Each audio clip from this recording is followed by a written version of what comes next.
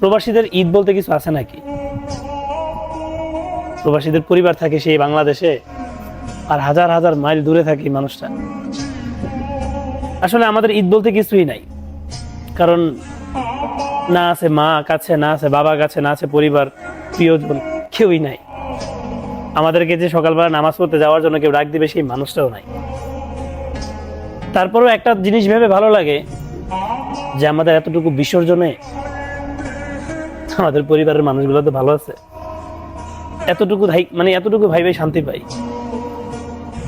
তবে বিশ্বাস করবা, যখন ভিডিও কল দেই ঈদের দিন, খুব কষ্ট করে নিজের চোখের পানিগুলা বন্ধ করে রাখি, দেখাই না, কিন্তু ভিতর দিয়ে সত্যি ফেটে যায়। এটা শুধু আমার একার না, প্রত্যেকটা প্রবাসী। কারণ একটা প্রবাসী জানে যে আত্মীয় স্বজন ছাড়া এই দেশে এই যে একটা আনন্দের ঈদ, এই আনন্দের ঈদটা কতটা কষ্টের।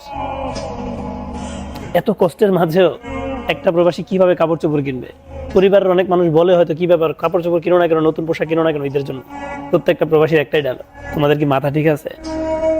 আমি যে আসার সময় আমাকে ব্যাগ ভর্তি যে নতুন কাপড় চোপড় গুলো কিনে দিছো, সেই কাপড় চোপড় গুলোই তো পরে আছে, এগুলোই তো পরার সময় পাই না, আমাদের লাগবে না।